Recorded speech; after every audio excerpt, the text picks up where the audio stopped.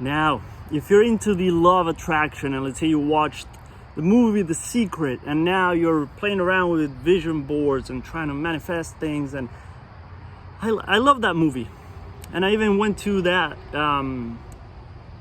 exercise of imagining that you're actually driving the car, and I like a manual transmission, so I would shift and do all those crazy things because I like fast cars and doing all the exercises and things. And eventually, after a while, right, you try to maybe manifest the career of your dreams and more financial abundance, so I don't have to stress out about money all the time, and maybe a partner, maybe a different home, the car, and all these things that we're trying to manifest, which is great. Not hating on manifestation, but my question is, if you spend how much of your time, actually, let's put it this way, how much of your time are you spending in manifestation mode, and how much of your time are you spending in gratitude mode? Because here's what I realized eventually, that I was spending so much time maybe creating a vision board and doing all my little meditations and visualizations and exercises to manifest, that I was not really appreciating what I already had in my life. And I know there's many teachings that talk about balancing manifestation with gratitude, but I wonder how many of us truly find the good balance. Because when we really don't like our life, I feel like many of us don't really put a lot of time and effort into, I don't like that word effort, into gratitude, but you know what I mean. We don't spend a lot of time in a gratitude state. And I wonder if maybe right now you're 80% manifestation and 20% gratitude. Can you get that closer to maybe 50-50?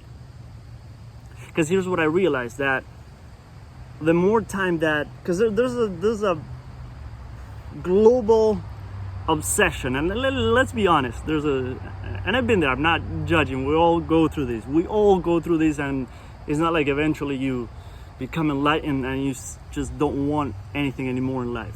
We all want material things. Let's stop BSing ourselves, and we all want money and the things that can add to our lives. Your happiness shouldn't be based on those things, but they can add beauty to your life. But when we obsess a lot about manifestation, in a way, think about this, in a way that we're arguing with life. Maybe life, I don't know if this is true, I don't know all the universal laws, which, by the way, let's talk about this. When someone tells you this is a universal law, a law of the universe, just consider the idea. I just want to drop the seed, just let it germinate. You don't need to force this. What if there's a deeper truth? That's their truth. That's what they're sharing with you, and they can tell you that it comes from whatever. They're channeling it from another planet or universe or whatever, or galaxy or whatever the hell. What if there's a deeper truth? I'll just stop right there. But in a way, it's like we're arguing with life. Life is, maybe, just consider the possibility, saying, okay, I want you to experience all these financial challenges right now. And we keep insisting that we want financial abundance, but maybe this is a part of our journey that we need to go through. Life wants you to experience these financial challenges because this is what's going to prepare you for the abundance that's coming your way. For you to appreciate money more, first of all, realize that your happiness is not based on how much money you have. Then maybe to realize that sometimes it's about your resourcefulness and not your resources. It's what you do with the money that you have. It's maybe learning to manage it better.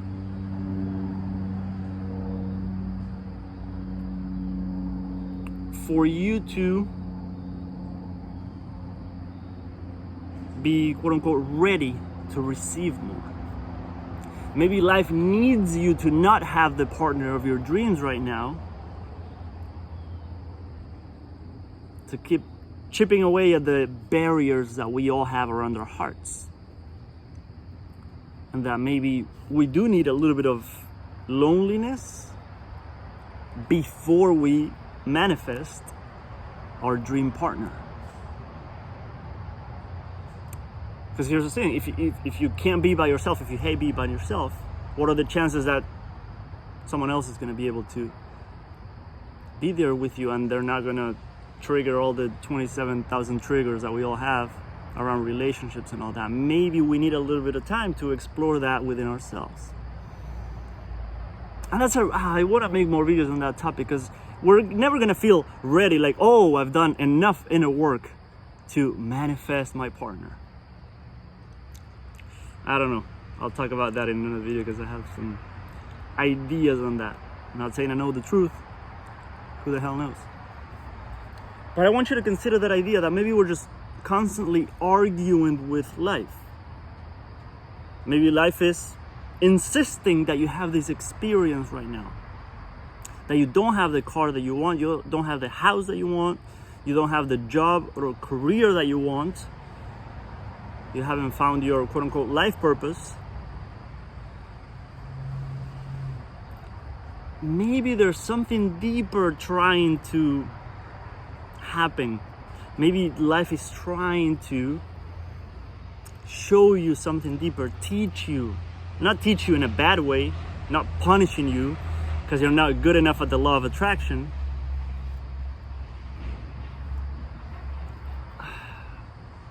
Maybe life is trying to awaken qualities that you have but haven't been tapping into enough.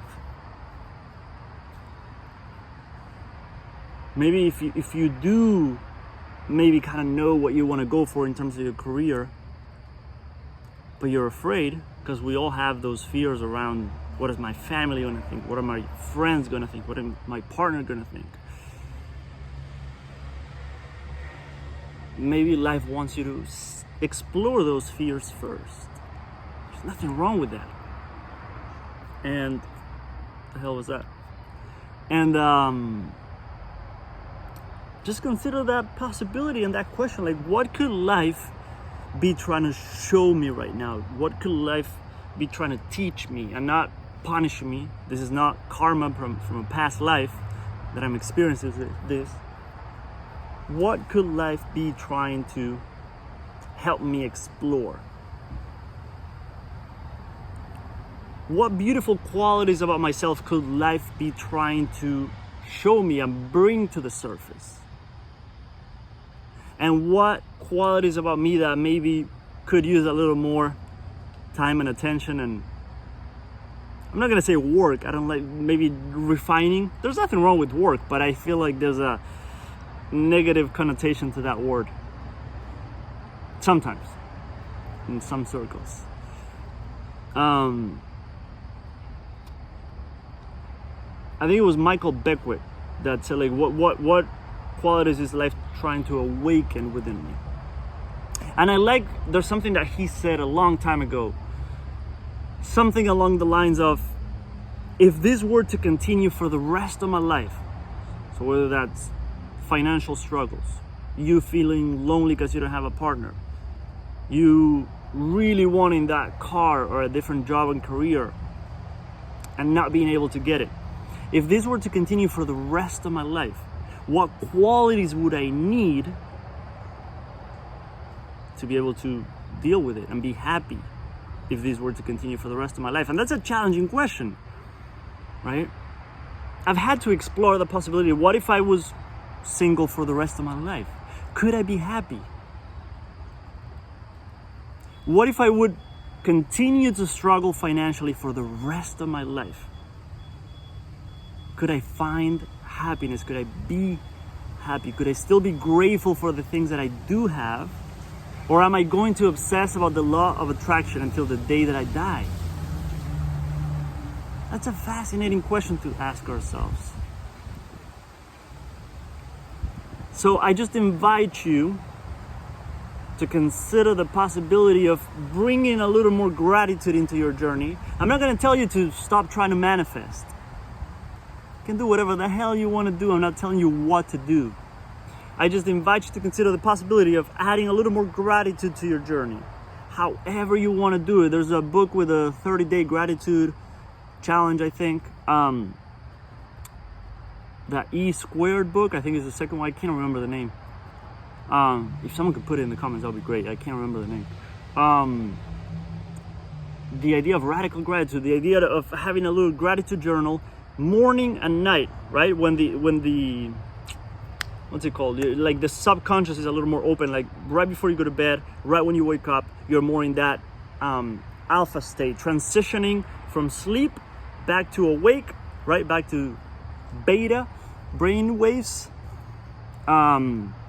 Is the best time to do all this kind of work. So, and I also like the idea, instead of listing 3 things you're grateful for, or 5 things, think of one thing you're grateful for, but write 5 things about it that you're grateful for. So whether it's a friend, partner, job, your financial situation, whatever it might be, and don't force it, don't fake it, by the way, don't fake it. See if you can find things that you're grateful for. But if you think of your best friend, what are 5 things you're grateful for that person? I feel like it goes way deeper than just listing 3 random things and just going to bed. Really deeply thinking about one thing, writing 5 things down is extremely helpful. You can set a timer on your phone every hour with the word gratitude. And like I said, you don't need to force it. If you're busy, keep going on with your life. If you have 10 seconds, you can just think on the inside. You don't need to say it out loud. You don't need to it doesn't need to be a big deal. Just think, I'm so grateful that right now I have this gorgeous day. I can breathe this clean air, get some sunlight, vitamin D, barefoot on the ground, grounding, feel good, had a nice workout. There's so many things I can be grateful for right now. I'm doing what I love, sharing crazy ideas with you. So there's many ways that you can do it. Go in front of the mirror and tell yourself 17 things you're grateful for about you. Whatever number you want, of course. I'm just being silly and playing around. Can you tell yourself, looking into your eyes in the mirror, 10 things that you're grateful for about you, qualities about you, whatever you can think of. That might be more powerful than obsessing about your vision board, than obsessing about manifestation exercises. Deepening that relationship with yourself, being able to love yourself at a much deeper level, and the things that you don't like about yourself, starting to change that relationship. Starting to, you know what? I get jealous of my friends all the time when I see them on Instagram. Come here, jealousy. Let's hang out for a little while. I'm sorry for the way I've pushed you away and tried to suppress you, and I've hated on you for so long. Come here, let's hang out. Right? Envy and jealousy and anger and the frustration you're feeling because you can't manifest.